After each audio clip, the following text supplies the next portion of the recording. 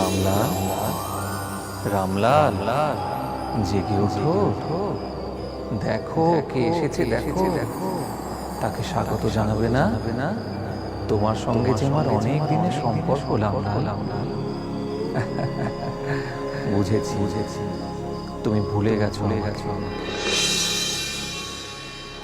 ভক্ত ভগবানকে ভুলে যেতেই পারে, কিন্তু ভগবান যে ভক্তকে ভুলে যায় না রামলাল। সেই জন্যই তো আমি এসেছি তোমার কাছে, তোমাকে আশীর্বাদ করব। তুমি নতুন ব্যবসা শুরু করতে চলেছ না? তুমি সফল হবে রামলাল।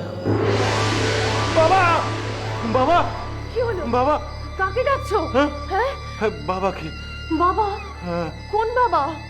যিনি একটু আগে এই ঘরে এসেছিলেন, চলে গেলেন। বাবা বাবা, এই ঘরে এসেছিলেন? হ্যাঁ হ্যাঁ গো মনীষ, আমি স্পষ্ট দেখলাম বাবা এই ঘরে এসেছিলেন। এই ঘরে এসেছিলেন? হ্যাঁ, এই ঘরে বাবা কি করে আসবেন? দরজা তো বন্ধ। কিন্তু মনীষা বিশ্বাস করো, আমি সত্যি বলছি, বাবা এই ঘরে এলেন, আমাকে আশীর্বাদ করলেন, বললেন যে আমি যে ব্যবসা শুরু করতে যাচ্ছি সেই ব্যবসা নাকি সফল হবে। হ্যাঁ। তুমি নিশ্চয়ই কোনো স্বপ্ন দেখেছো গো? স্বপ্ন? হ্যাঁ স্বপ্ন, তবে খুব ভালো স্বপ্ন। নিশ্চয়ই কোনো দেবদূত এসে তোমাকে আশীর্বাদ করে গেছেন। হ্যাঁ না, তুমি শুয়ে পড়ো, হ্যাঁ হ্যাঁ, শুয়ে পড়ো। স্বপ্ন, স্বপ্ন দেখলাম, কি কি জানি স্বপ্ন। হ্যাঁ, স্বপ্ন।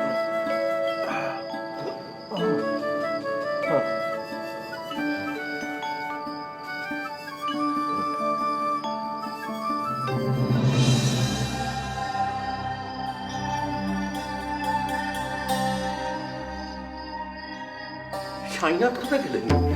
সাইনাথ, এই ভাগু, ভাগু, আরে ওঠ, ওঠ ভাগু, ওঠ। কি হয়েছে পুরোহিত মশাই? সাইনাথ কোথায় গেলেন? সে কি, সাই বাবা গেলেন কোথায়? আমি তো কিছু বুঝতে পারছি না। হে ভগবান, ওনার কোনো বিপদ হলো না তো? হ্যাঁ, না, বিপদ হয়নি। গুরুদেব, গুরুদেব, সাইনাথ, সাইনাথ, গুরুদেব, তুমি কোথায়? সাইনাথ, গুরুদেব, গুরুদেব তুমি কোথায়? কোথায় সাইনাথ? গুরুদেব, গুরুদেব তুমি কোথায়? কোথায় তুমি? হে সাই বাবা, কোথায় তুমি? বাবু, আর দেরি করে লাভ নেই, চ সাইনাথকে খুঁজতে হবে, চ। মালচাপতি,